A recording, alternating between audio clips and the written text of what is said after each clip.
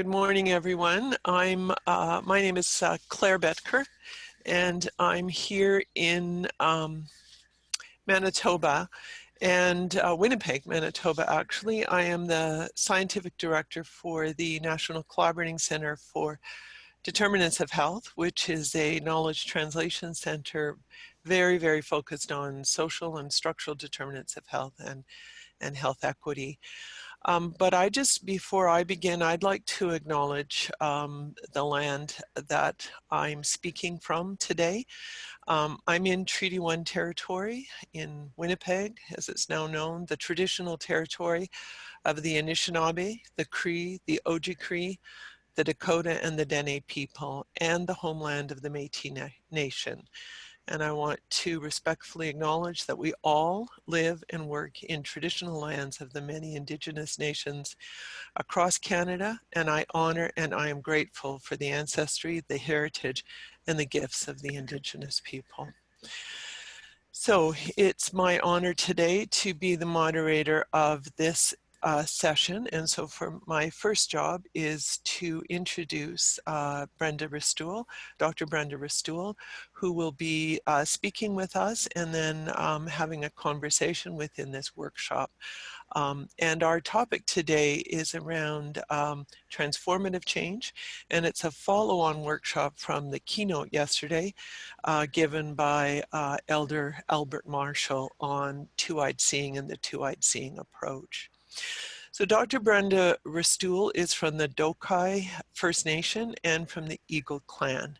She's a registered clinical psychologist, and she's the Chief Executive Officer of the First Peoples Wellness Circle, which is an Indigenous-led national organization dedicated to raising the profile of Indigenous mental wellness using Indigenous knowledge and evidence. So well qualified to be leading this workshop today.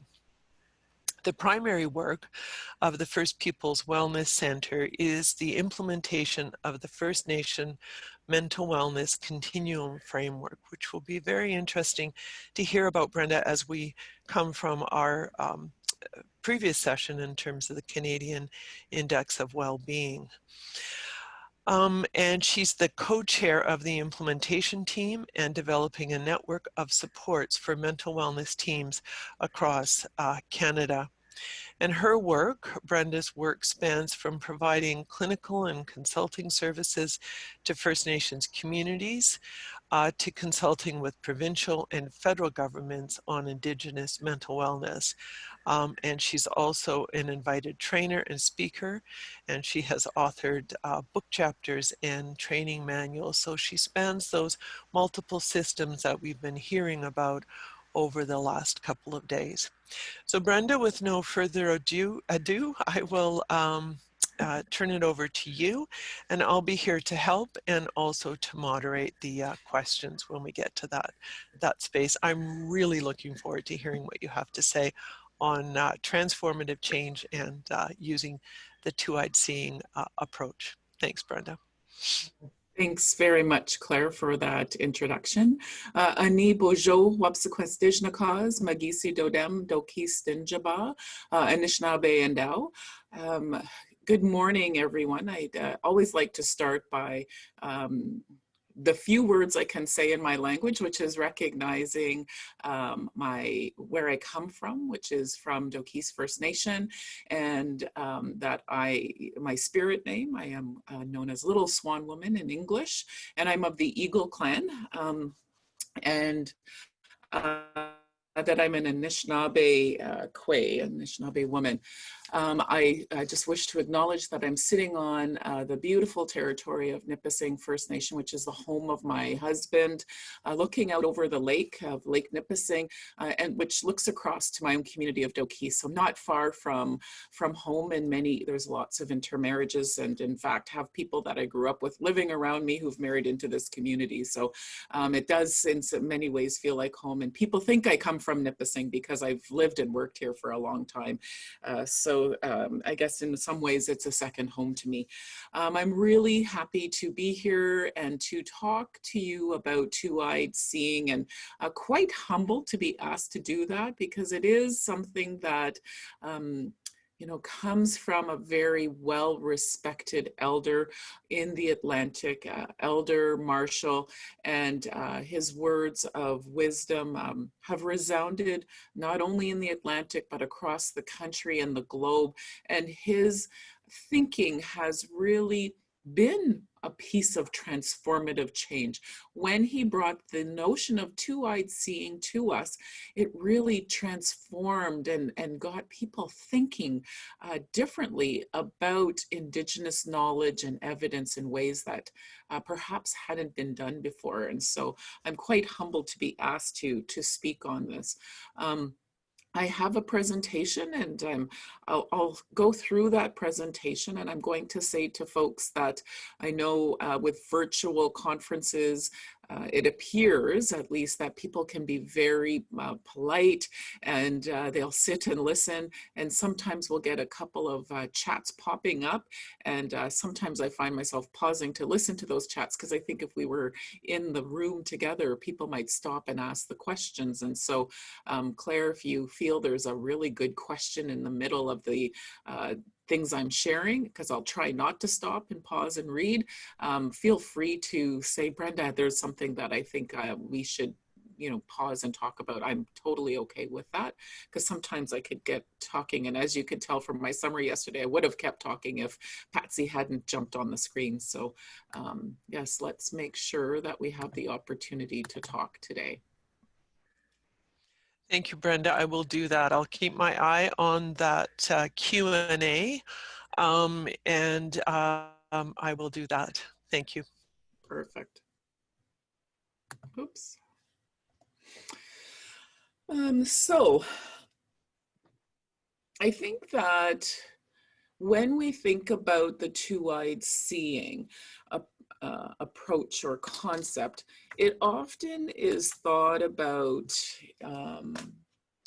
as a guiding principle, as a way of helping us to think about how we might go about engaging in something. And it is a principle, but what we heard yesterday from Elder Marshall, I think, is really, really critical, and that it must be action oriented.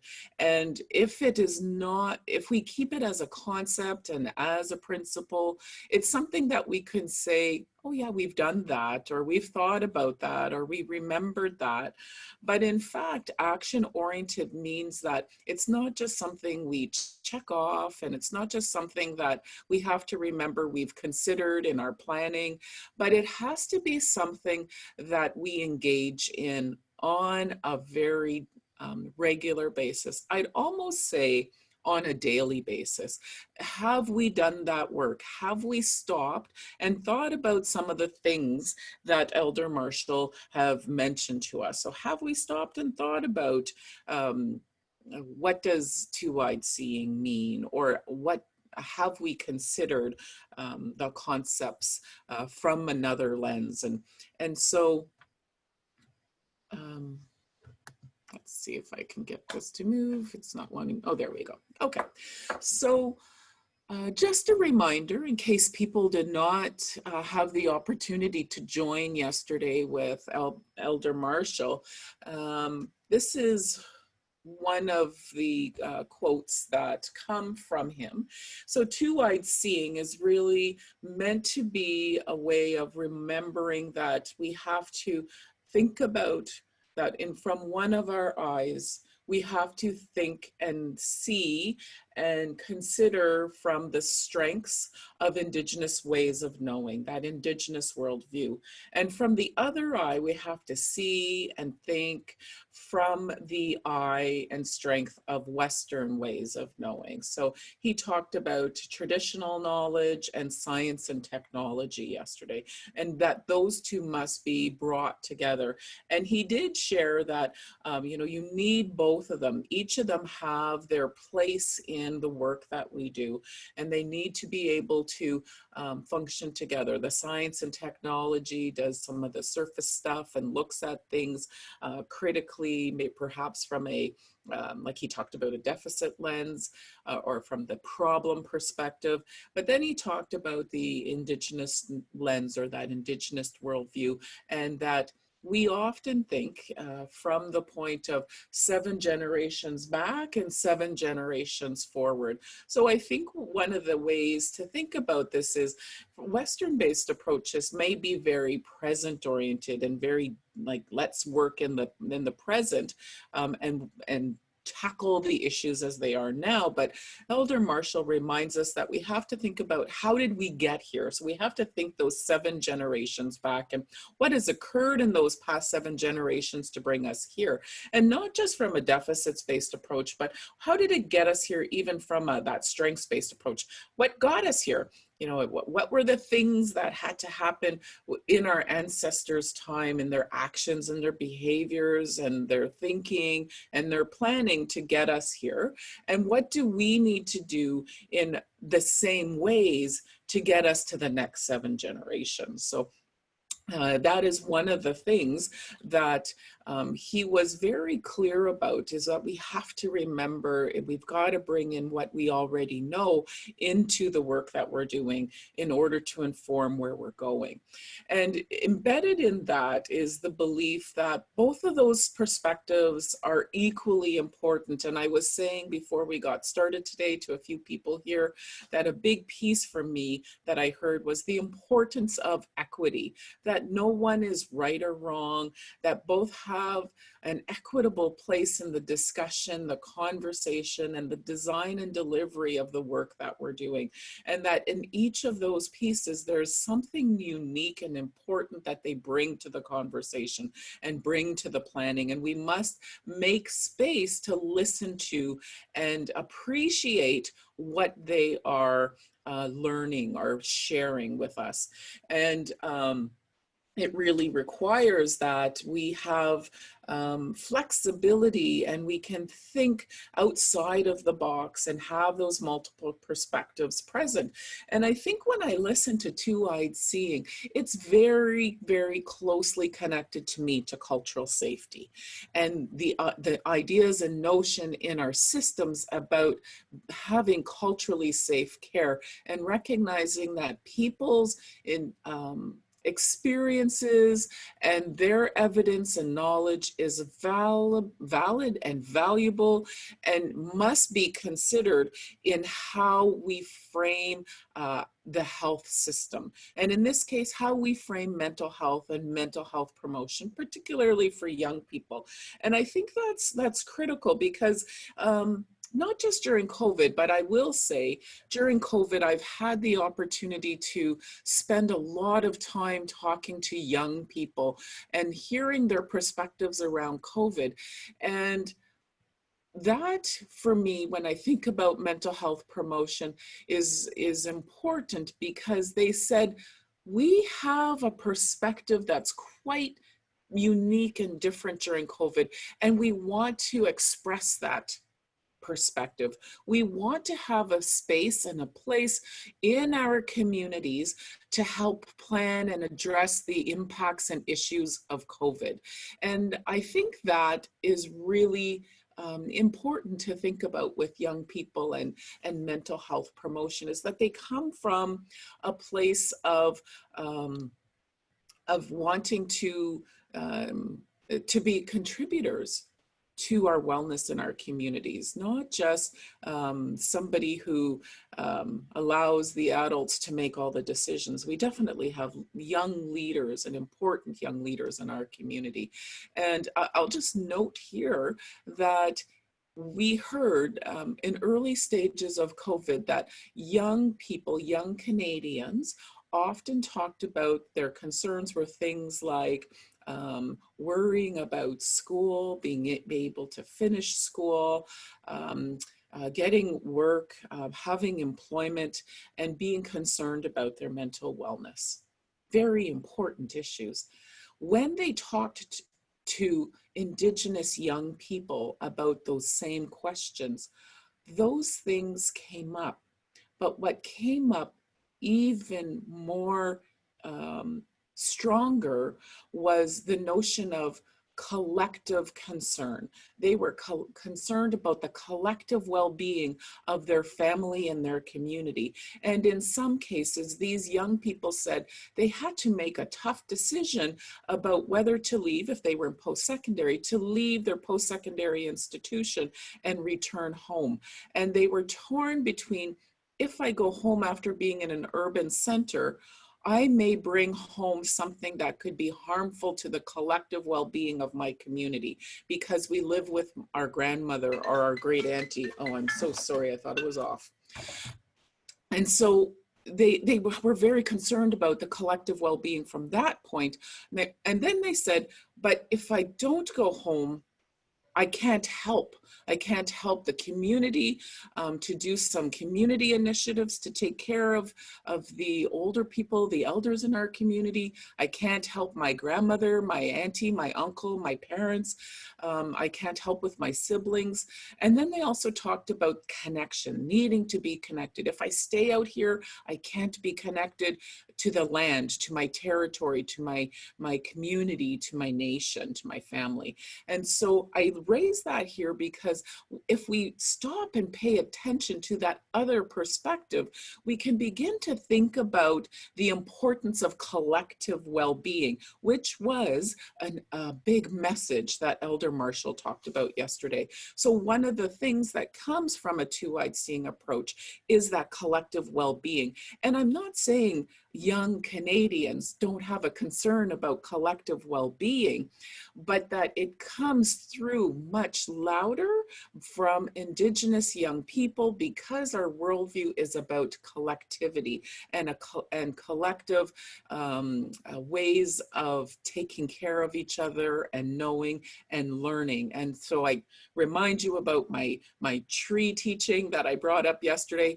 That one was about recognizing everybody, every part of natural world must work together collectively for the well-being of that tree. And when that tree is well, those things around it are well. And that, I think Elder Marshall mentioned yesterday too. I made note of his comment. He said, we must recognize our place in the universe, that we are part of a natural world, and that this world with the relatives holds evidence for health and wellness. And so, you know, those to me talk about collective thinking.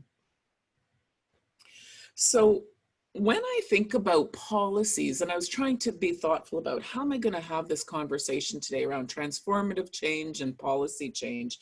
And I thought, well, let's talk about what are some of the things we do from a policy perspective. And one of them is we usually set an agenda. So if we're setting agendas and we think about setting agendas for policy, we often think about it more about like laying groundwork for initiatives and groundwork for policies. And that groundwork is usually set higher up. It's set by funders and decision makers, and they base those decisions and that groundwork on their interpretation of what's important. And it's often those very visible and noticeable issues and events or experiences that are happening in the media, in our communities, and those sorts of things. And it can also, however, be directed by interest groups and advocacy, people who've advocated and provide evidence, and people who have worked hard to set priorities. So it's really based on many of those things. But when we think about a two-eyed seeing approach, one of the areas that begins to shift this work is that usually with agenda setting, there are a few key pieces and people, let's say, jostle to decide which ones are the priorities, and that is the one they will perhaps settle on and move forward. Two-eyed seeing approach often requires that we have to recognize that we must look at issues from multiple perspectives and interpretations. So the issue around young people's mental health, that example I gave is that that multiple interpretation is, it's not just about ensuring their own well-being. Can I get a job? Can I finish school? But how am I thinking about and concerned about the collective well-being of my nation and my family and my community?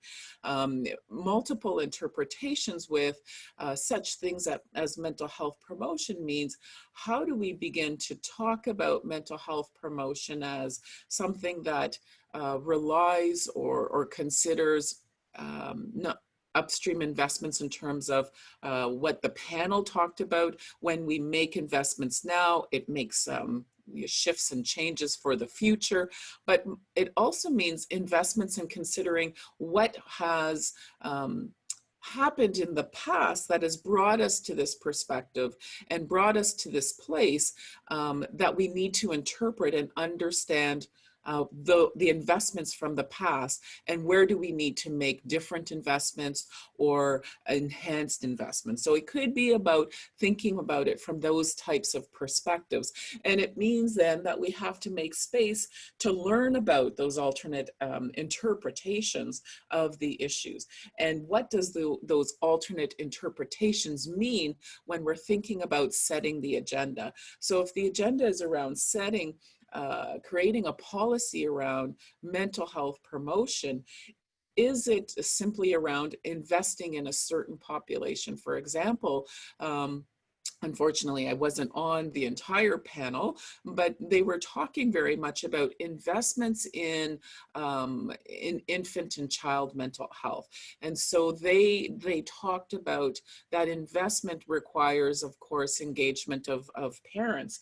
But from another perspective of Indigenous ways of looking at mental health promotion, it could also be investments around community health and community systems, or the wealth and health of community systems. So is there potable drinking water? Because that would be mental health promotion for the parent, to not be worrying about how they're getting good, clean drinking water to make formula or to wash their baby. That would be part of mental health promotion. Or it could be around sustainable and access to good housing. It could be about ensuring that parents are able to get out on the land and to teach their children from the land. And so it could be starting to think about it from a far greater perspective. Another part of THROUG Seeing also demands that we think about reciprocity and having dialogue. So how are we going to do some of that give and take, and how are we creating the dialogue to be able to be open to being fluid, that was mentioned in my previous slide. And then thinking about assessing that collective benefit. That was, as I said earlier, something that Elder Marshall talked about.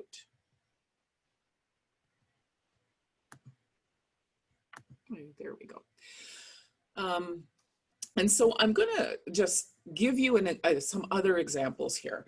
I'd like to talk about how agenda also is around language. And so the Canadian Foundation for Healthcare Improvement is a pan-Canadian health organization.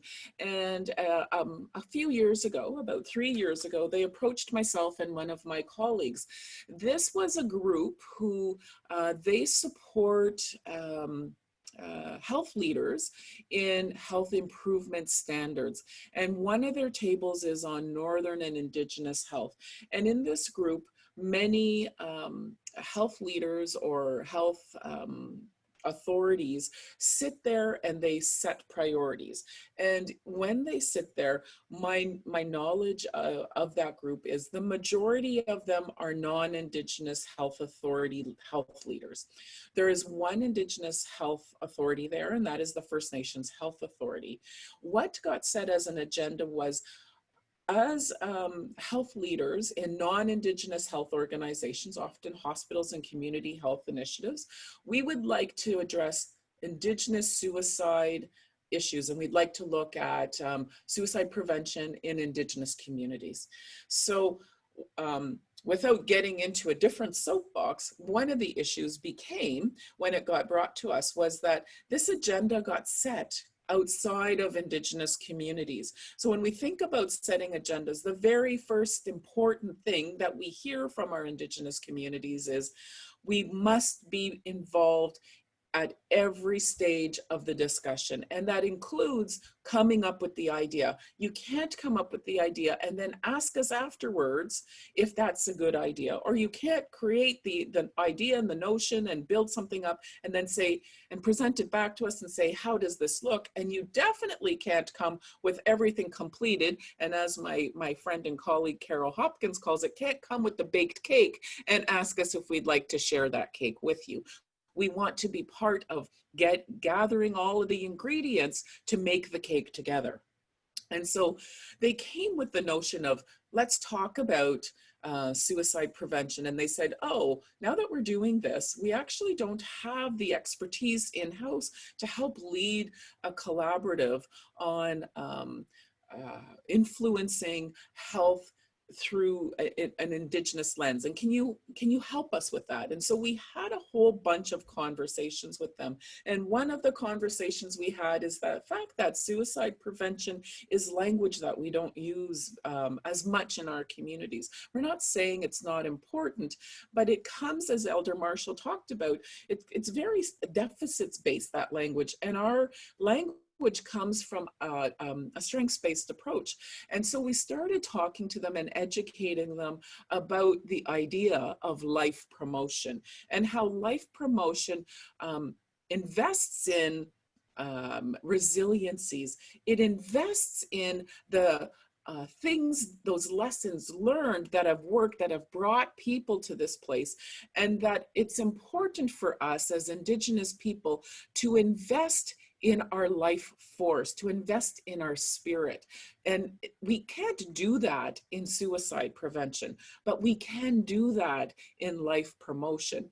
And so through the conversations, the transformation around the agenda changed from, let's talk about suicide prevention, to talking about life promotion. So transforming language can be critically important because it automatically shifts your ideas away from the concepts or the components, of suicide prevention. Sounds very different. That means we have to talk about giving people skills to talk about suicide, giving people skills to not end their life, maybe to have emergency and crisis response, things that are important.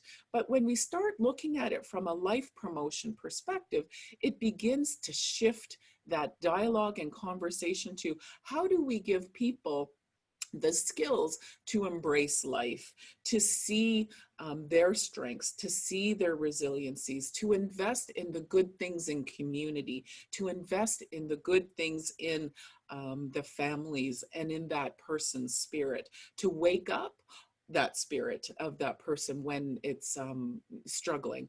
So life promotion became more of that collaborative, and they changed their title. Instead, from the CFHI Suicide Prevention Collaborative, it became the CFHI Promote Life Collaborative. So language can help set agendas. So that's one of the examples that I'd like to share. And I'm going to talk a little bit more about how that looked different in other pieces of this conversation today. So for me, I think a big piece of two-eyed seeing really is about valuing our ways of knowing. And when we begin to value our ways of knowing, that, as I said earlier, is giving recognition that our evidence is valuable and valid, and that it can play a part in helping to contribute to the conversation around the agenda, setting the agenda, as well as setting the conversation. And so shifting to a strengths-based paradigm, which is a very central piece of Indigenous ways of knowing, is a component of reconciliation. And when we think about reconciliation, it is around recognizing that there is another part of history that we aren't aware of. And when we begin to give space and give opportunity for that discussion around Indigenous history, Indigenous ways of knowing, and Indigenous evidence, we can recognize that there is a place in this country for the work that we do, for what we know, and that it's something that's valuable and can contribute not just to the wellness of Indigenous people, but it really can contribute to the wellness of all people in this country, and really, I think, around the globe. There's lots and lots of evidence we have as Indigenous people that hasn't served us very well. And so I put this up because we've had, you know, in the past, a road closed to us, that road around some of our practices and our teachings and our knowledge that was not allowable. We could not use and pick up what we knew to help inform our well-being and inform the work that was happening in our communities. Much longer, not that long ago, I should say, we were pretty much told by Health Canada, these are the programs and services that you will deliver, and this is the manner in which they need to be delivered. And they haven't served us well, because we've continued to see in our communities high rates, as Elder Marshall talked about, of things like diabetes and heart disease and cancer and mental health concerns and substance misuse. And so we know those things haven't worked well for us. Some could argue that, well, you know, you are now using some of your approaches and things are still not good. And my argument back is one of two things. Well, if we're looking and using the evidence from a Western-based approach, that of course would suggest that things aren't better if we're just talking about numbers. But if we start to think about changing the way we look at the evidence and how we evaluate the evidence, again, using a two-eyed perspective, we might see that there are far more communities that are on their way to wellness. And in honesty, many of our communities that are struggling are the ones that make it into the media. It is not the ones that are doing really, really well. The other argument I have is that we've had over 100 years of mainstream evidence and mainstream programs, and in the last 10 to 20 years, but you know, 20 is stretching it for some of our communities, we've been doing something different, and it's going to take some time to make a shift. So we know that evidence needs to consider that two-eyed perspective. And so, again, the application of two-eyed seeing really is a guiding principle that's meant to bridge the divide between power and understanding.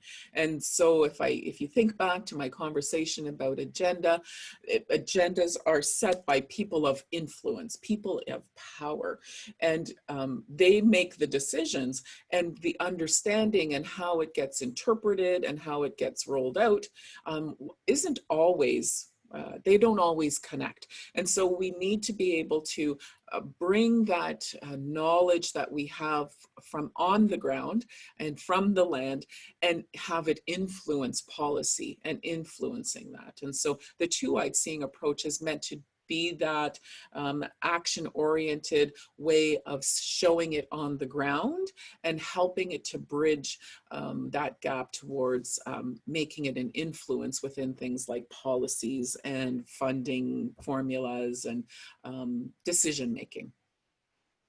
And for, I guess, as I'm stopping and thinking about it, that moves also to that two-eyed seeing approach means in a decision-making context, how do we begin to put Indigenous people in the role of decision makers? And where do we do that? And how do we give that influence back to our communities? So because of that, I'll say, how do we do decision-making through the lens of two-eyed seeing approaches? Well, System leaders, as I said earlier, are often responsible to formulate from the funders and the decision makers. They've identified the areas of investment and the agenda, and then they pass it down to the system leaders. So think about my example of those health leaders around suicide prevention. They wanted to formulate the plan around suicide prevention and therefore some of the policy, because in that work that CFHI does, it's around health improvement. So they identify evidence-based practices that they spread across the country that is used to influence policy. So if they had gone on with the concept and conversation around suicide prevention, we would have a policy around suicide prevention. The possibility now is that we could have policies that look at life promotion.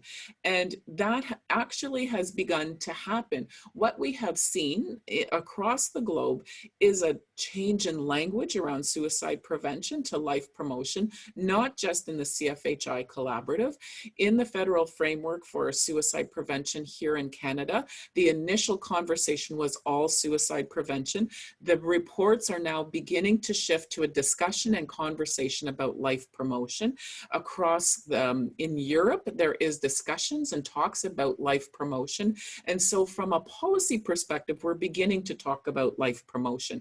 So that language can help change and shift policies.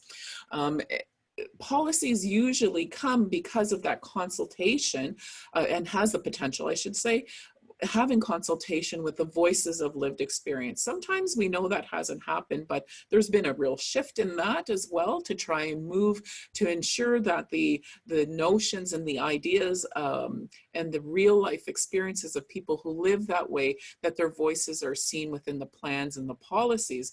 And that's, again, you know, I think at the outer fringes of two-eyed seeing, and starts to move into that way, even if it is the two-eyed seeing from a policy system makers to a lived experience person. And the advocacy efforts that happen allow for those priority influences and interpretations that I was talking about yesterday. But what happens is that there's still a lot of challenges and barriers because of policies that are created. So people can't access services. People don't have the ability to make the decisions. Some of the needs are left out in the formulation of plans and in the indication of policies. And so they continue to remain a challenge because they're not decision makers, because they're not part of starting to build, to bake that cake, if you will. And so two-eyed seeing is meant to look at how do we, it's meant to help manage the discussions around who makes the contributions, how do they make those contributions, and also the tension that exists between the processes for Indigenous and non-Indigenous organizations, communities, and even jurisdictions. So from First Nations communities to provincial and federal systems. And that one comes across often. I've been in my work, had discussions with non-Indigenous organizations who have very clear deadlines. So we have some money and we have this goal and objective and we have to meet it within this fiscal year or by this time frame. And if part of their objective is inclusion of Indigenous people in it, or if it is about Indigenous people and Brenda, yes. we can't hear you. So I'm wondering if something shifted or changed there. Can you hear me now? Yes, we can hear you now. Okay, maybe I had an unstable moment. My apologies. Thank you for that. And so I'm not sure where I got left out, but what I was saying is the tensions between Indigenous and non-Indigenous process across jurisdictions. And my example is listening to non-Indigenous organizations who have deadlines around meeting some of their goals and objectives that might include Indigenous people or be about Indigenous people. And if they'll start to bake the cake because they have to get to their deadlines to meet their goals for whatever purpose. And when they come to our communities, the first thing that we say is it needs to have community engagement and it needs to be community driven. And so processes are different right away, right? We don't have, from a non-Indigenous perspective, people at the systems levels make the decisions and get things rolling. But in our communities, it starts from the bottom up. And so it needs to be community driven and community engaged. And we have to spend time talking to our communities. We have to spend time hearing their needs and ensuring that we're having all those multiple perspectives contribute and into the plan so that we can create a plan that is embraces everybody in the community and that the community supports that plan. So right there, we have a difference in process as a top-down approach to a bottoms-up approach. The other thing that comes from a tension perspective that the THROUG seeing is trying to get at is how do we bring those two perspectives and processes together to make sure that we're working in a way that is equitable and everybody's being heard. And the other tensions that then tend to occur in this process is we begin thinking about, for Indigenous people, it's also around how we get brought into the conversation. So in non-Indigenous organizations, if the table I mentioned earlier, the Northern and Indigenous Health Table had FNHA, First Nations Health Authority there, they may have felt that they had an Indigenous voice, but First Nations Health Authority can't speak for all Indigenous people, just like I can't and Elder Marshall can't. And so, but when we come into these tables, we are seen as speaking for all Indigenous people or for all First Nations people.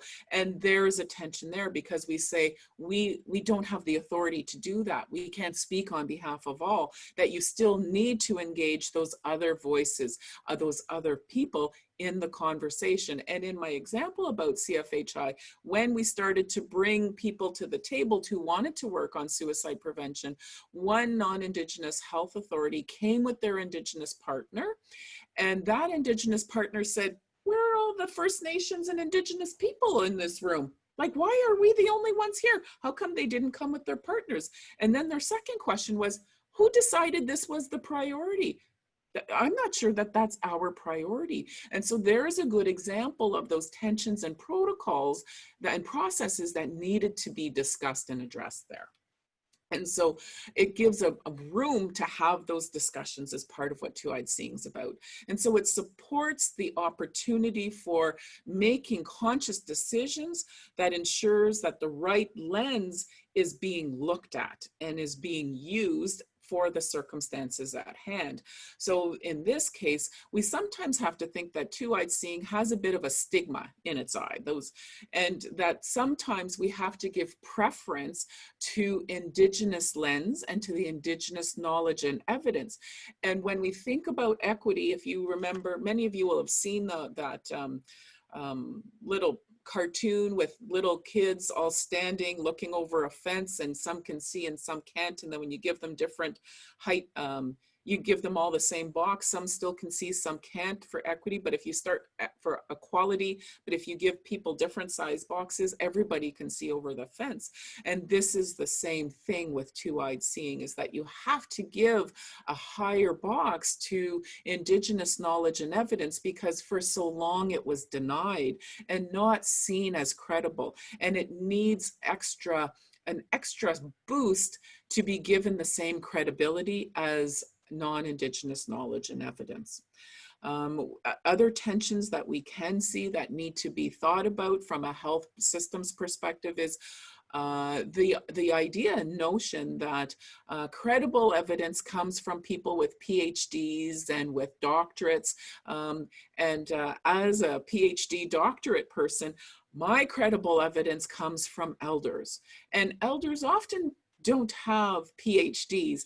They in the way that we think about it. They don't have those academic PhDs, but they have the PhDs of life, if you will, but the PhDs that come from the teachings and from the ancestral knowledge and from the land. And if you've ever met Carol Hopkins, in her bio, she talks about she has a PhD in Indigenous knowledge, and that we have spaces and places that help create the place for us to get that PhD in Indigenous knowledge.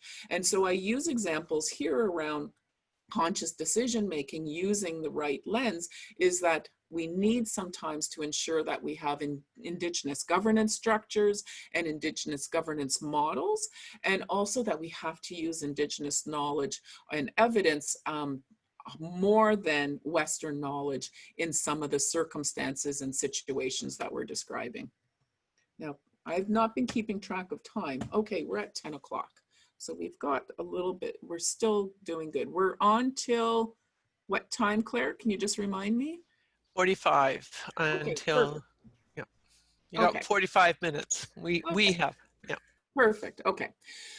So two-eyed seeing. The next part for me around policy development is around relationships.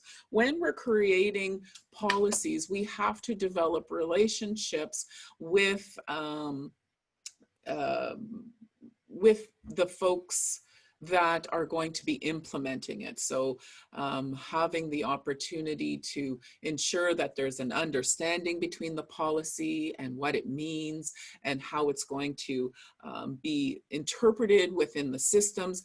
And so here, one of the pieces for two-eyed seeing, I think that's critically important, is it's meant to facilitate engagement, community engagement that works across sectors and works across discipline, so that there can be effective policy design and policy implementation in the work that they do. Two-eyed seeing is meant to offer guidance around how we manage the contributions and the tensions, as I said earlier. So in this way, some of the ideas I feel are important around relationship development is two-eyed seeing can support making sure that we're honoring humanity and life experiences in that process.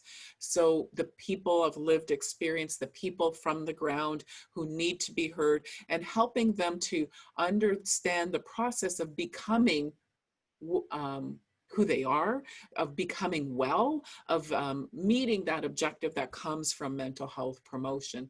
And so we have to honor that people come from a place, for me, honoring humanity means that we honor everybody's space in this world, and that every piece, everybody and everything has a contribution. And so when I see humanity, and it is meant to be about humans, I often think it means a little bit more for me, humanity. It also means a recognition of our place in that natural world, as Albert Marshall talked about, our place in the universe. And in the universe, honoring humanity means that we have to honor all of the life forces around us in the natural world for giving us evidence and knowledge about living a good life. And that then leads to the concept of connectedness, that we have to help each other to create connectedness across the different ways of knowing, but we also have to create connectedness with the natural world. So we have to understand that the moon and the stars have teachings around living a good life and about health promotion. So one of those teachings from the natural world around health promotion, when you think about mental health promotion, it's often about giving people skills to be resilient, to manage change. And one of the biggest teachings around managing change is the moon. We can always count on the moon to be present. It is always there to guide us in dark times. It is always there to show us the way. And it always helps us to manage it not only manages our change as humanity, but it manages the change and fluctuation in the water. It manages the change and fluctuation in the air. And so it tells us that there are gentle changes and fluctuations in the world that have a way of helping us to transition and to be okay and safe. So the connectedness that comes from some of those teachings. It's also, for two-eyed seeing, meant to support things like healing relationships. And so when we've had, for a long time in Indigenous communities, non-Indigenous organizations and policymakers and government coming with baked cakes, you know, there's been some hurt feelings on both sides, from Indigenous people of not being heard and our evidence not being credible, but from non-Indigenous organizations saying, we did our best and we were good, we were well-intentioned, and we're not understanding why you're not participating or refusing to join discussions, etc. So it's meant to help relationships by giving that space that allows us to be hearing the different interpretations around the issue of mental health promotion or other policy related initiatives. It also is meant to value and learn from diversity, that diverse experiences allows us to better understand how to live well in the universe and in our territories and in our communities, and that each person and each community group has a perspective, and that diversity is critically important to the wellness of all. And so from a collective thinking perspective, it not only do we value and learn from the diversity, but we also recognize that that diversity tells us how well we're doing at the work we're trying to do. So if there's a portion of our community that is being left behind, we're not doing the work as well as we should, and that we need to learn from that diversity so that everybody is enjoying life to the best of their abilities. It also means that we have to be able to listen deeply to others and hold that space through dignity and humbleness, and that needs to be protected, and it needs to be outright expressed in policy, that we have to give the space for those opportunities. And what I don't say here is we also need to listen deeply to ourselves. We have to take the time to be self-reflective about, have I given space to everybody at the table to listen to those multiple perspectives? Have I given opportunity to be flexible in the interpretation? Have I been fluid enough to ensure that it is engaging the people who need to be engaged? And have I been fluid enough in my thinking to think outside the box and to think about how my worldview could bias the way I interpret information? There was some work done by Thunderbird Partnership Foundation, and Carol talks about that opportunity for making space and having conversations both within ourselves and with a group. And so some of the work they did was around some research, and they did two-eyed seeing research, and you can look it up. I didn't give any references at the end of this presentation now that I stop and think about it. However, they talk about when they were asking, they went around the country and they asked communities and treatment centers a couple of questions. And so they shifted their questions first. Most questions come from, let's use research to prove if this is valid or if this evidence is, if this is in fact evidence. Instead, they came from the concept of, from Indigenous knowledge and evidence, we know culture works. We already know that. And so our questions aren't going to be, does culture work, which is a Western interpretation. Our question is going to be, tell us how culture works. And so it changes the conversation, again, that agenda setting piece. And so as they went around the country and they had that conversation, the other thing they began to do was how they had the conversation. Usually they go, we think about going in and doing research through, asking questions and perhaps doing surveys, maybe doing an assessment, all those kinds of things. Their research methodology was that they went in through storytelling. And so in the storytelling, Elder Jim Dumont, he told the creation story from his understanding. And he told that creation story from the West Coast to the East Coast. And I think he might have went up to the Yukon as well, but I might be mistaken. But he did go from coast to coast.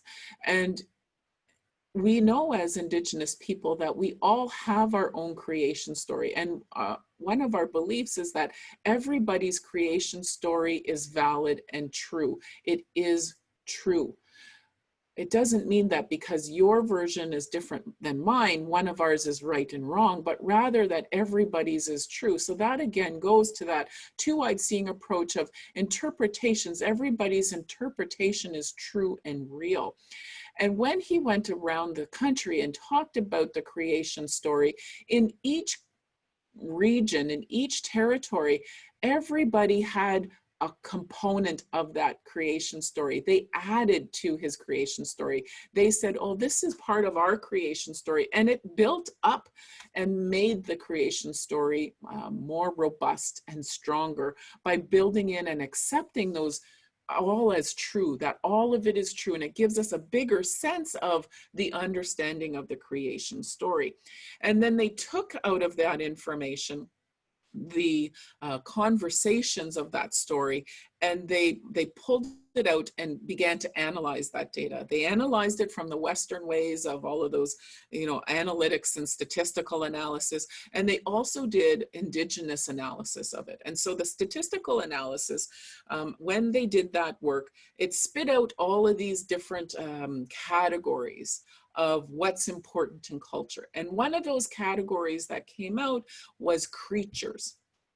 And so when the Indigenous scholars and community people began to look at the different categories and they got to creatures, they said, well, this doesn't work for us.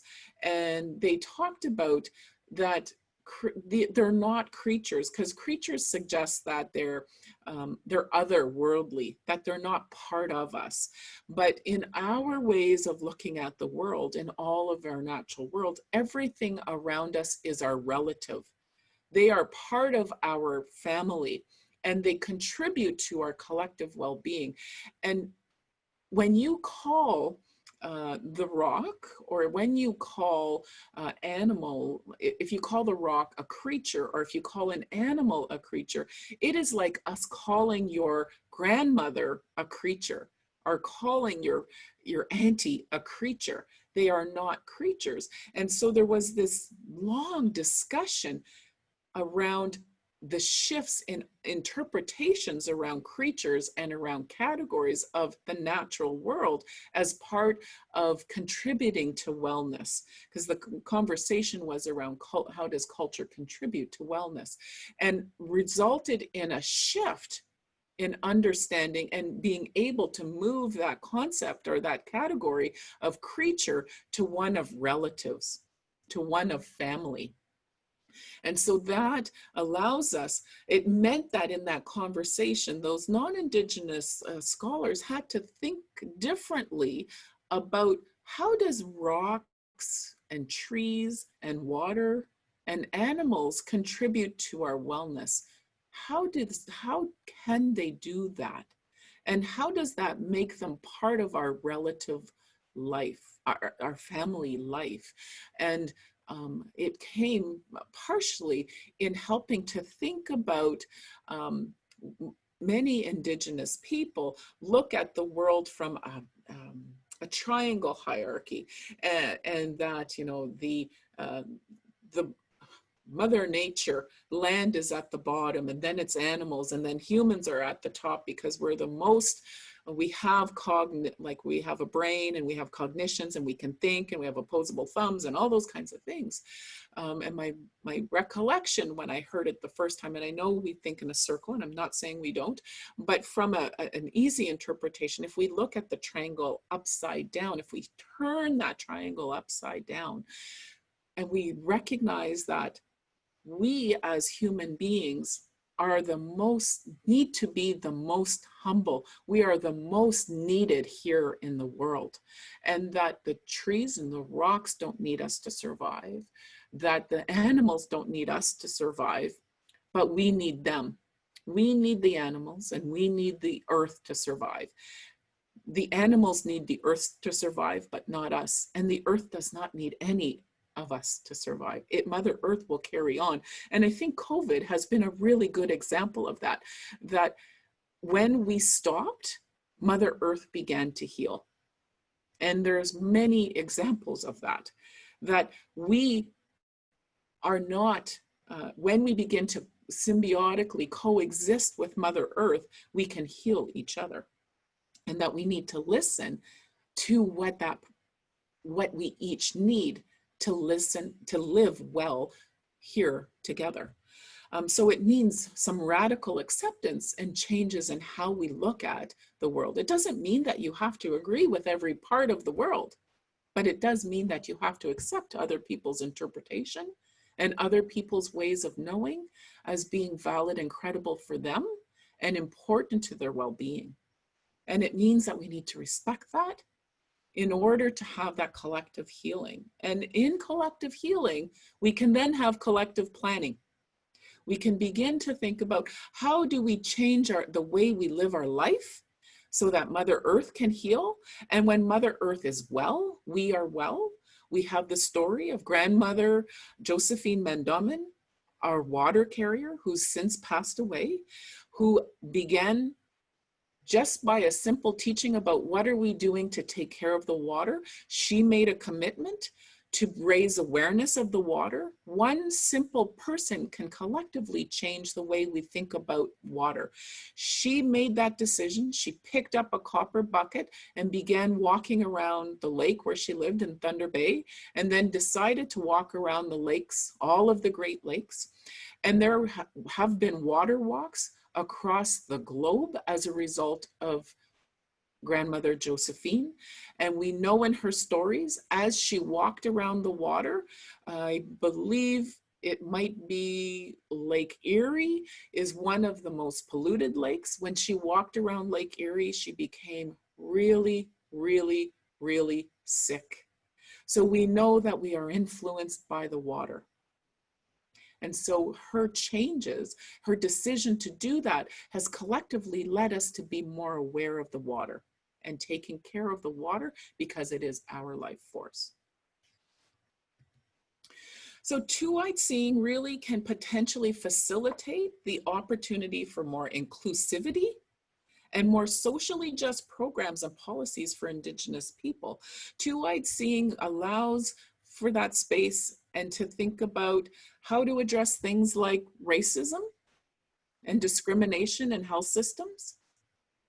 How do we ensure that within the health systems, we are paying attention to the needs that it's just? I think it's important to think about justice within a policy perspective. It's a really critically important part of two-eyed seeing, where there is the opportunity, again, for that equal playing field, but it really focuses on considering, I'm just trying to make sure I'm looking at my notes here about things like collective decision-making and collective action.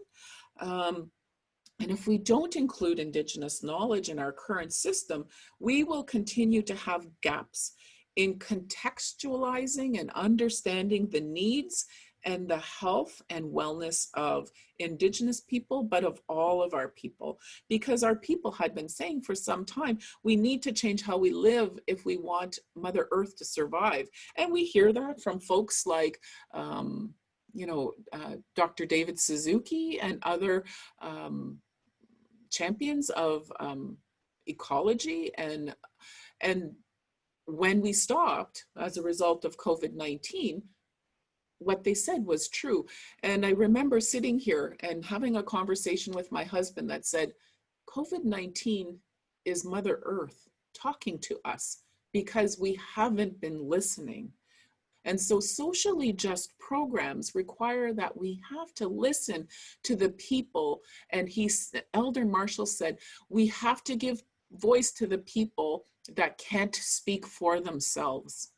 And sometimes those people, those relatives are Earth, the natural world, but they are also the people that are most marginalized in our society and in our communities. People who use substances, people who have mental illnesses, and people people who are street workers living on the streets, who are being human trafficked. All of those people require, we have to give space for them to be able to find a way to live well. So two-eyed seeing also has to come into play in evaluation. It's meant to look at how we can begin to build up Indigenous evidence. So it means deprivileging Western evidence as the only form of evidence. It means starting to think about how do we evaluate programs and services differently so that we can recognize and see evidence that comes from that Indigenous perspective. And part of that is about using Indigenous methodologies. And so I told you already, I get so excited, I talk about it before I get to the slide, but about that storytelling perspective as one way of Indigenous methodologies to hear that collective understanding and interpretation of an issue, whatever it might be that we're discussing. It also, from the First Nations Mental Wellness Continuum Framework, comes some of our outcomes, and those outcomes are about moving from individual inputs to collective outcomes. So my story, again, about our young people thinking about collective well-being, but it also means about ensuring that we are moving our yardstick for entire groups of people and entire populations, and not just for a few who have the capacity and the resources to get access to our health promotions and our health programs. And it's also meant to support alternative methods to mental health promotion. And when I think about work in our communities, mental health promotion often takes a very different look at things. During COVID-19, some of the ways that we looked at supporting people around mental health promotion was we immediately, I have to give credit to our elders and our knowledge keepers, is they found a way to jump on social media, and they began giving teachings on through Facebook and through Zoom, and in ways that are very different. So that's the fluidity piece of it. I think back, not that long ago, to our elders saying, we can't document our teachings. We can't, we can only share them verbally because we don't want our evidence to be misappropriated. But I saw elders and knowledge keepers saying, yes, I want you to videotape me, and I want you to save those videotapes, and I want you to share them out, because that information needs to get to the people who need to hear it most in whatever way they can. And so, people did teachings online. They did medicine walks online. They had live medicine walks with somebody walking and going through the bush and stopping and looking at the medicines and discussing their qualities and how they could support and assist, and then taking them back and prepping them and harvesting them and helping people to do that from their own homes and teaching them to do those kinds of things. Mental health promotion in our communities also meant in some areas that our people took small groups, sometimes families, and sometimes people who were vulnerable. In one situation I heard up in the Yukon, a colleague, her brother, opened up his hunt camp, which was out on the land in a remote part of the community. And he got all of the people, he invited men who were homeless, and many of them, most of them were using substances, to his hunt camp to help them to get well and to protect them from being infected by COVID-19, recognizing that they were most vulnerable and would likely die, but that they were a valuable part of their community. And so he brought them into the bush and took care of them, that he was able to recognize the importance of taking care of people through on the land living. And there were many of our stories around on the land living as a way of mental health promotion. And I certainly saw many of my friends and family doing those kinds of things, where they were, again, they were saying, these are things I've been wanting to teach my children, but the world has been so busy. I'm now glad I can go out and teach them how to harvest maple syrup, or how to harvest chaga, or, you know, all these different things. So those are some of the ideas around alternative methods to mental health promotion. And I'll just ask the group to stop and think about what are some things that you've heard around alternative methods to mental health promotion that consider a two-eyed seeing approach. And oh yes, this is missing two of my slides because I couldn't get them in. So I'm just going to put this out. I just want to pull them up. If you'll give me, please bear with me for 1 second. I'm going to just stop sharing my screen. Maybe I'll just stop for, as I'm looking for my other. Brenda, yeah, you look and put those up. It's Claire speaking here, everybody. You are using the Zoom group chat. Some of you have been asking about a recording of your session. It's excellent, absolutely excellent session today. The presentation that you made yesterday in terms of sun, and also Elder Marshall's presentation yesterday. But I have one question in the Q&A box that's on the Whova app, but we can also use the chat box here, the Zoom group chat. And we have still about 20 minutes, Brenda, so you go back to your slides, and then I have one question here from the Q&A. Okay. So go ahead, Brenda. Okay, so I'm going to reshare the screen. So when I went to send this to the conference organizers, it wasn't accepting these ones because they were too big. So I'm just going to put it back. I want to talk about, I said I would come back and talk about the CFHI collaborative. And so I'll give you a couple of examples to round out my conversation around decision making and I think relationships. So here is a slide that just shows the Promote Life Collaborative was an 18-month initiative, and this is at the end of that 18-month, which ended in November. Here are two, what do they call these? Here are two of those presentations done in drawing format, and it talks about when we give space for decision making. The First Nations Health Authority is an Indigenous governed health authority, and when they were asked about suicide prevention and life promotion, they said, we are giving full authority to the youth to develop this collaborative the way they want. We are not telling them how they have to do this work. We are not telling them that they have to meet a certain goal or objective.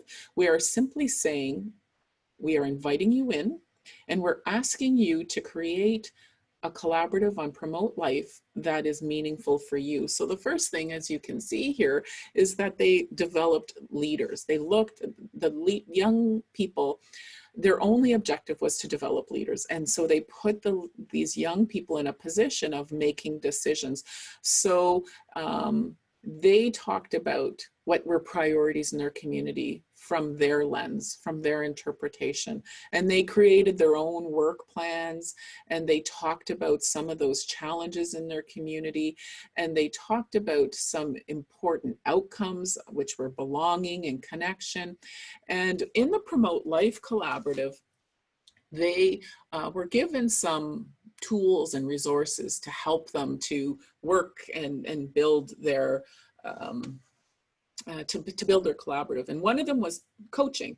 And so there was a number of us who were identified as coaches. I was a coach, and some of my colleagues were coaches, Dr. Ed Connors and Bill Mussel and Denise McQuaig, and others were coaches. And when they went to the First Nations Health Authority and they said, we're looking to assign a coach, so out of our coaches, who would you be interested in? They said, yeah, no, we don't need a coach. We're doing this on our own, but we do need some mentoring. And so we're going to ask for mentoring from another Indigenous youth-led organization. We're going to pull in We Matter as we need them. And they'll come in and out, but they're not going to coach us throughout the process, just in certain pieces. And the only mentor or coach that we want throughout the process is an elder.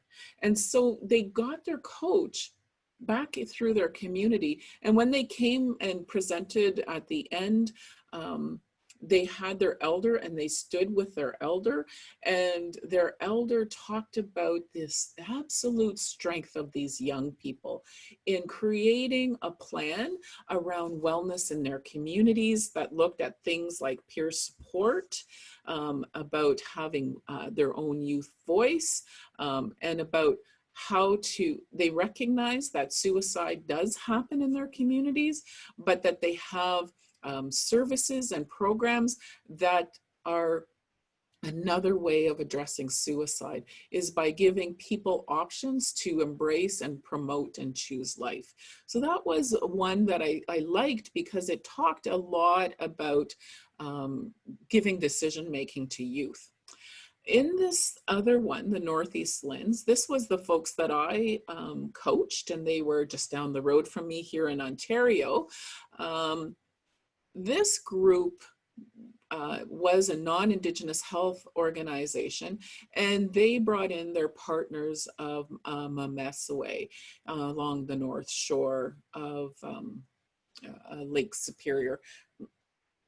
Yeah.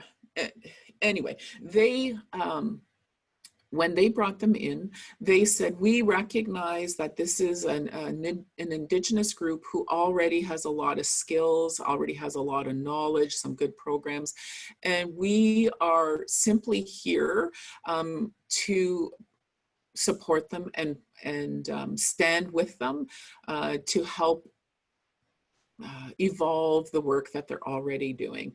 So they talked about things like learning together. This Indigenous, these First Nations folks said that they already have tables where they are moving that work forward. And what they pushed was that non-Indigenous health authorities have to recognize and acknowledge that they have a table where they're having the discussions, and instead of being always pulled into non-Indigenous tables, that they would like instead for non-Indigenous tables to be invited and sit at their tables instead, where it is based on their priorities and their conversations, and that they're inviting the non-Indigenous health authority in as a partner at their table instead of the other way around. So flipping the dynamic in this way.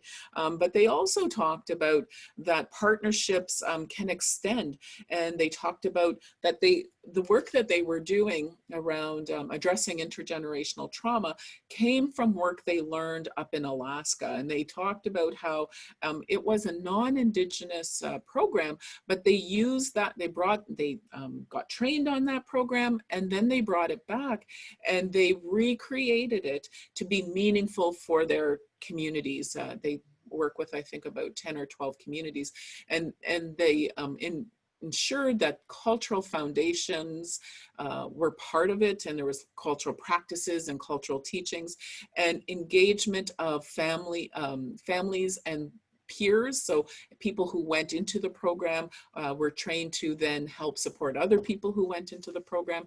So they really talked about that ground up approach to addressing things like life promotion, ending domestic violence as a form of life promotion.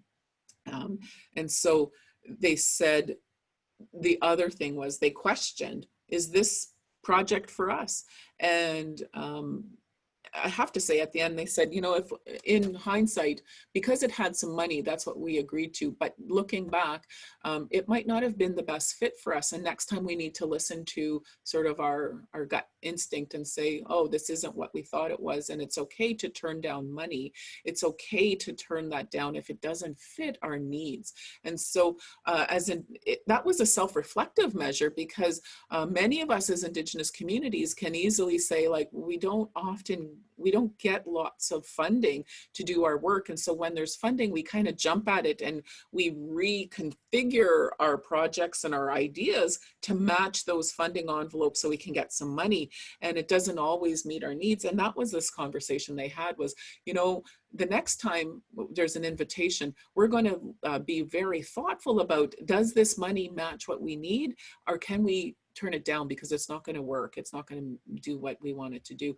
And instead, what ended up happening is they were so strong in their leadership that the non-Indigenous Health Authority kind of fell away somewhat. They stepped back and they stepped further and further back from the process. And then there's just due to some shifts in jurisdictions here in the province, they fell back even further and weren't even at the final presentation.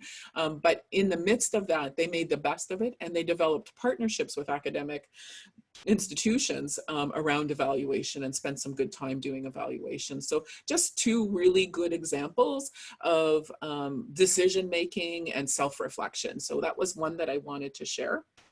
And I think I skipped this, and I don't know if it was because I accidentally skipped it or it accidentally got taken out of the slide. But so decision making, I just want to talk about First Nations Health Authority as a systems model. Around THROUG seeing. I know that the conference organizers really, really hoped to have somebody from the First Nation Health Authority speak. And I will say up front that I don't know all of the intricacies of the First Nations Health Authority, but I would like to raise them up as a model of two-eyed seeing. They are that because they, there's in a number of ways. The first one is that they are a First Nations governance model of First Nations health in BC. So they are equitable to the province of BC's health system. They are a separate system specifically and particularly for First Nations. And I guess I need to say, I understand it's not just for First Nations who are from BC First Nations, it's any First Nations person living in the province of BC can get all of their health services through that health system, and they have the choice. They can choose to do the BC Health, but they can go through the First Nations Health Authority instead. And they are also supporting Indigenous groups. So they will support Métis and Inuit as well, if that's what they so choose. So it's an Indigenous governance model. So from that decision-making piece, it also supports individual nation self-determination. So in that health system, there is still a lot of autonomy and self-determination given to each of the individual First Nations around their priorities and around their decision-making. And the First Nations Health Authority delivers and supports the delivery of services into those communities based on their priorities, not on what the First Nations Health Authority deems a priority. And they also work around the capacity building piece. To ensure that there is capacity within the communities to deliver a continuum of care that meets their priority needs. As I already said, it's equitable to the provincial health system in BC.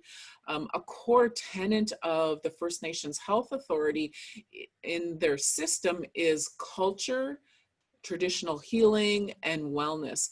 So one of the things they've done is they've deprivileged the biomedical model. So it's not the only model.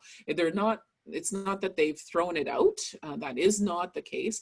It is a component of their health system, but it isn't the only component, and it isn't the leading component that decides how they deliver health care, whether it be primary care or mental health or seniors health or anything like that. It is one part of a system that has equitable contributions and decisions in the health system overall.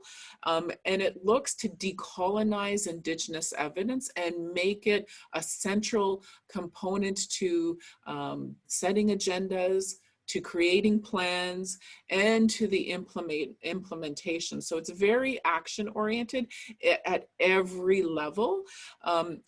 It looks to apply the lens of two-eyed seeing to the healthcare by using the best knowledge of First Nations and Western ways of knowing. So that critical definition that Elder Marshall talked about is the core tenet of this First Nations Health Authority system. It focuses on wellness and strengths-based as where they do the majority of their investment. It doesn't mean that they ignore suicide, diabetes, and heart disease or cancer. It simply focuses their efforts there and how to bring people to wellness and how to look at people's strengths even during the times of illnesses, and what do they know and the lessons that they can learn to help people deal with cancer and all different types of chronic diseases in primary health, or different chronic illnesses in mental health and substance use, but still investing as well in some of those programs and services that address the difficulties of primary mental health and long-term care and all of those other pieces. And their main goal is an improved quality care system. So everybody is equitable within this system, whether you live on reserve or off, whether you're from BC or not, if you're First Nation.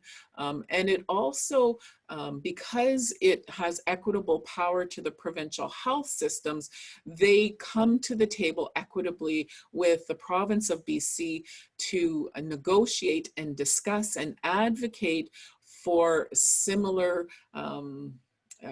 resources and supports and investments into the First Nations health system as they would get in the BC health system.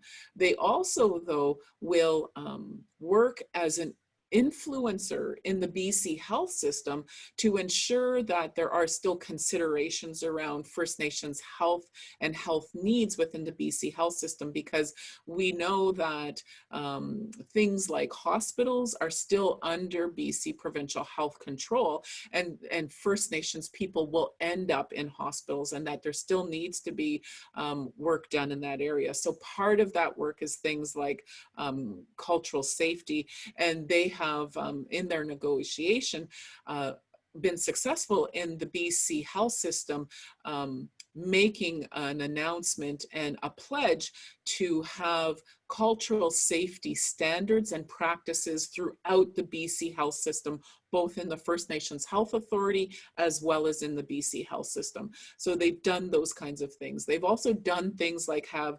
tripartite agreements across the province, First Nations Health Authority, and the feds to have agreements around jurisdictional decision making and how that will be done with equity in those jurisdictions, and how they bring the First Nation communities to the table to support them in the decision-making process, so that they're not, again, speaking on behalf of all of the communities, but they're there as a almost as a bit of a champion for them, and to help ensure that they're able to stand on their box as First Nations communities to say and do what they need based on their priorities. So those are some examples.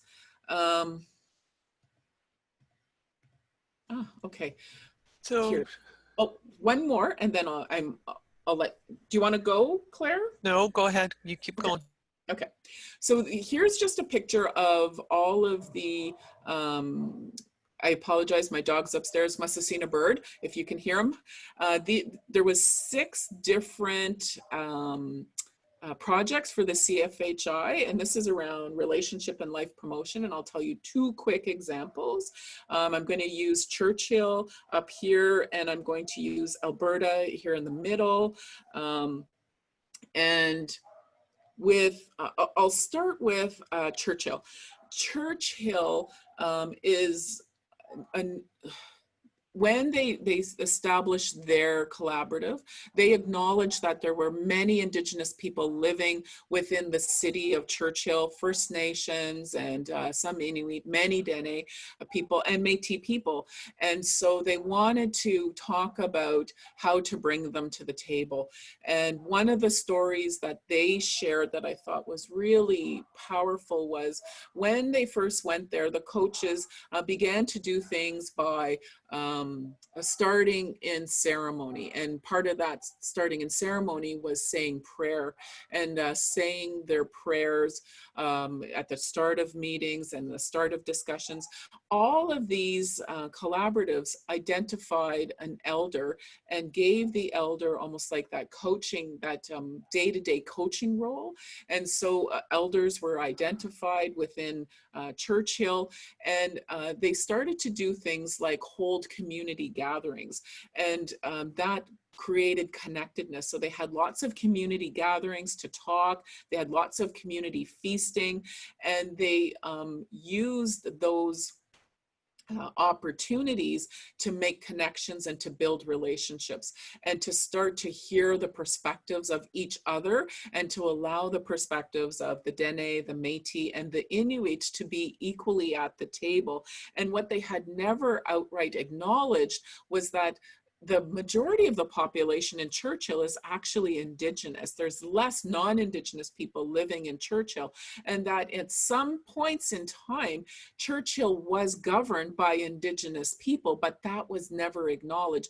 And so there was this undercurrent of not acknowledging the strength and the resiliency and the knowledge of the community from an Indigenous perspective. And one of the things that happened at the end is as they were closing down, if you can call it that, the project, but not necessarily their ongoing relationship, was a woman stepped forward and she said, "Today, I would like to say the prayer. And I'm going to say it in my language." And she was from the community. And at the end, after she said the prayer, she said, "This is the first time in my life since living in Churchill that I have felt safe enough and accepted enough to use my language and speak my language and know that it'll be respected and that it'll be okay, and that people will value my language and what I have to say." So that's one example of how when we develop relationships, we create that space. My second example is about Alberta. Alberta, they looked at life promotion with young people, and there's 2 stories in this one I want to tell. The first story is that they said they decided they were going to teach them some life skills and helping them get back out on the land to learn about goose hunting. And so they were working with young people that were high risk. And in a non-Indigenous health authority, they encountered some policy challenges. And the first small P policy challenge they encountered was that in doing some life skills, they said, we want to go out on the goose hunt. And so that means we're going to teach them about living on, like how to go out and tent and camp and survive off the land, and how to read the messages of the land, and how to get a goose and how to harvest a goose and how to bring it back and how to share that with the community as a way of creating connection and belonging and meaning. But in order to get those young people to shoot a goose, that means they need to give them a gun. And many of these young people didn't have guns. And so they went to their health authority and said, one of the things we'd like to do around the suicide prevention, life promotion, is purchase guns. And you can imagine what was said. They were like, you want to purchase a gun around suicide prevention? That seems counterintuitive.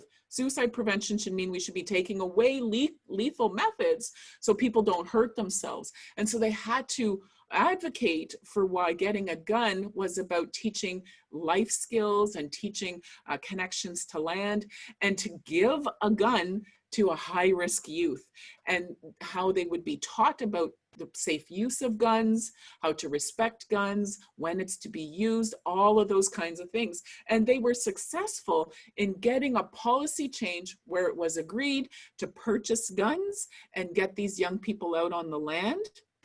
And then they did shoot goose, and they brought it back, and there was a huge feast with these young people. So that's just another example of changing policy by having a different conversation around life promotion versus suicide prevention. My last story, and then we'll let Claire tell me the question, is a bigger P policy change. And this was, at the time the Life Promotion Collaborative was going on, there was forest fires up in that area. And one of the partners, after much relationships development, was sitting at a provincial table talking about the potential for evacuating different communities as a result of the forest fire. And the community that they were working with here, they were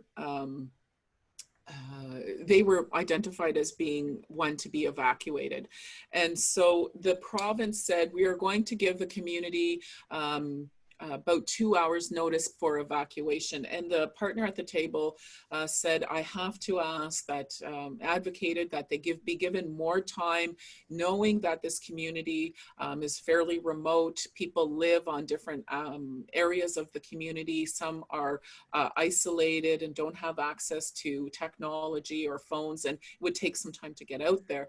And they, through their advocacy, was successful enough to get it changed from 2 to 5 hours. So that seems like a bit of a small policy win in that moment. But when that person left the table, they were still really uncomfortable because they knew 5 hours would not be enough to gather everybody, get some planning done in the evacuation. And so that night, still disturbed by it, called another member of their team and said, listen, this is what information I got, this is what I was able to advocate for, but I'm really uncomfortable because I know it's not enough time for what they need for their wellness and to get everybody out. And I don't know what to do because I don't think I can get more time from the province. And so their team member said, without question, this is our family. Those were her words. This is our family. We have to call them, and we have to tell them now. We know it's, I think, 10 or 11 o'clock at night, but we have to call them now and tell them to give them time to get ready. And so they had developed relationships with the leadership. They contacted the chief. They told the chief what was coming and what was to happen. And the chief was able to activate the community to ensure everybody was ready for an evacuation.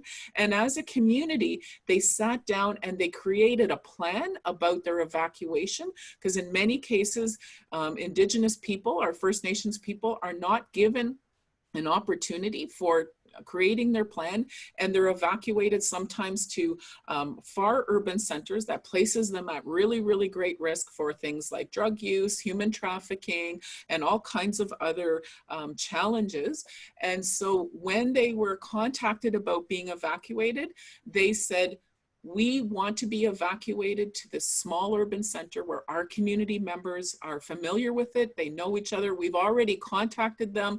We know where we want to stay. Here's where we want to stay. And they brought all of them to that community because they were able to negotiate with the province to go to that community.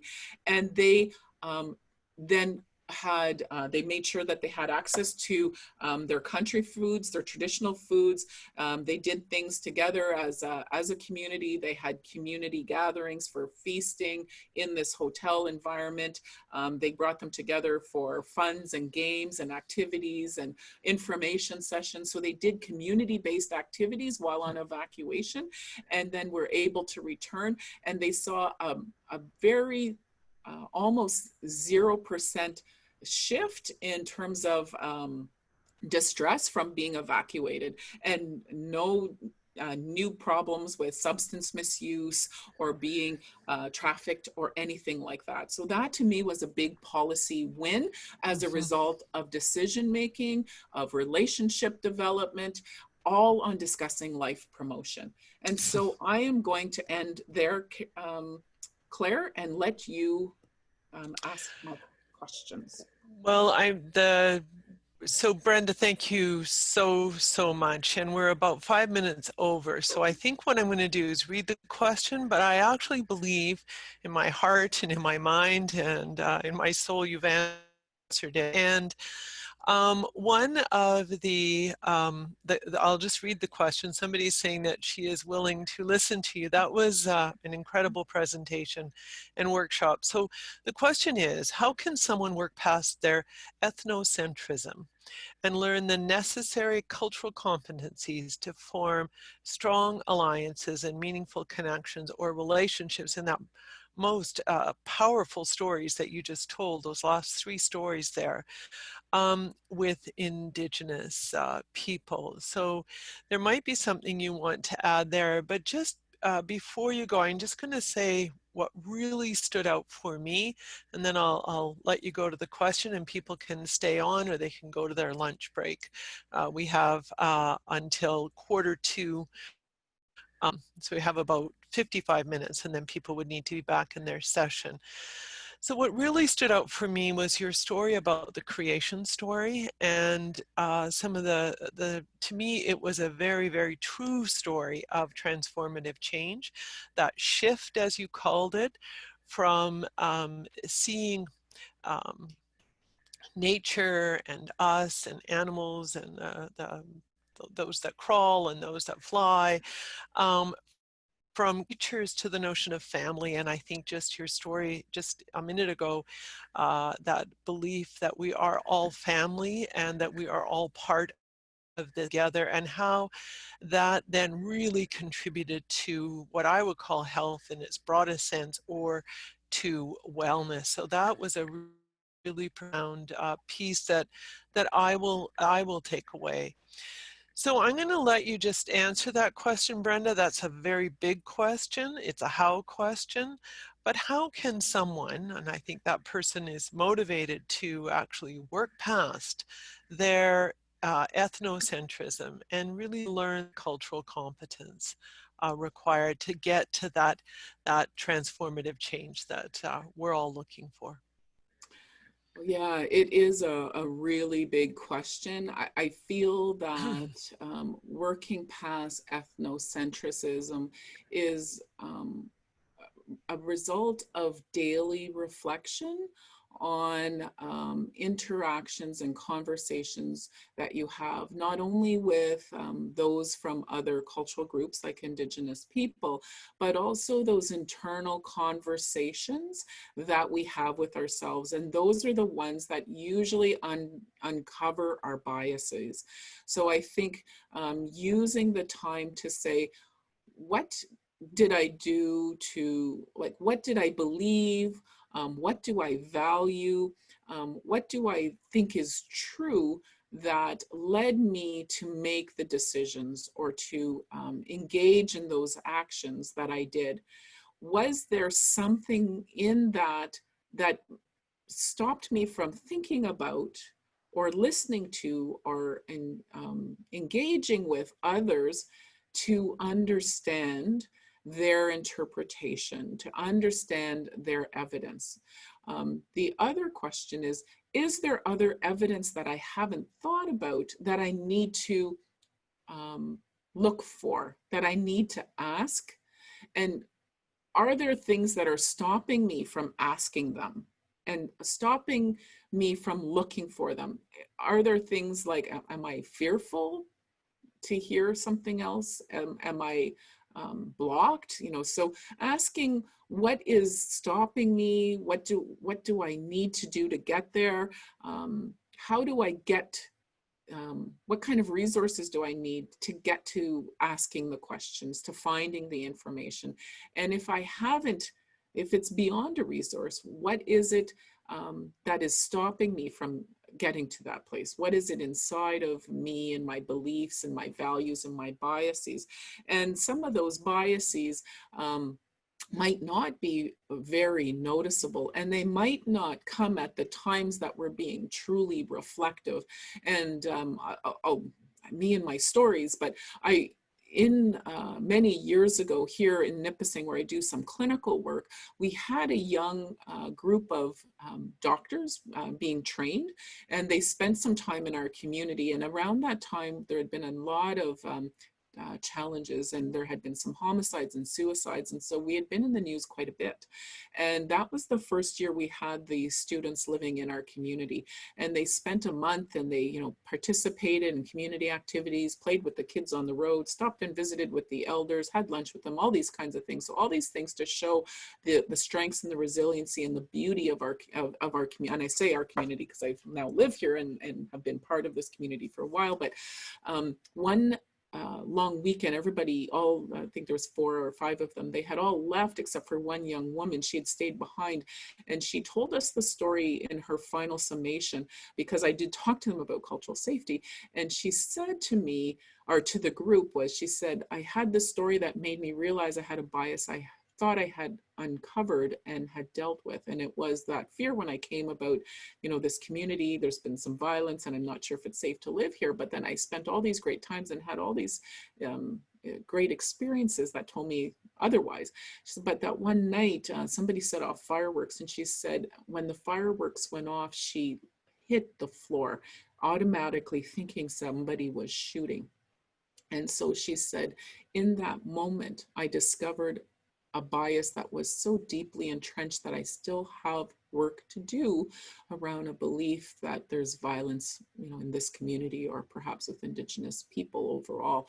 And so I encourage you to think about, it's not just in your everyday work, but that those biases will come to you in the most unknown times, and that we must spend the time to acknowledge them.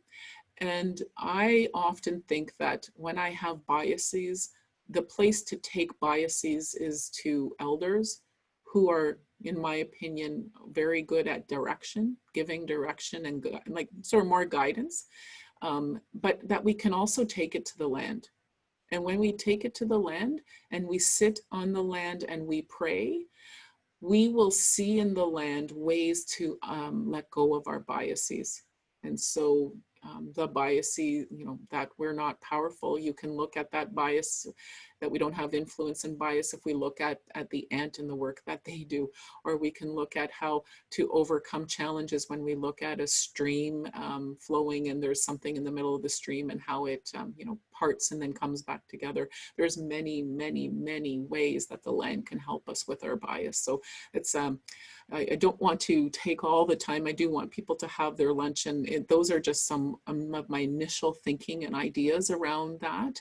Of course, if you look at cultural safety, there is a lot of good ideas around looking at questioning biases within systems, and how we can, what we need to do to challenge biases within systems.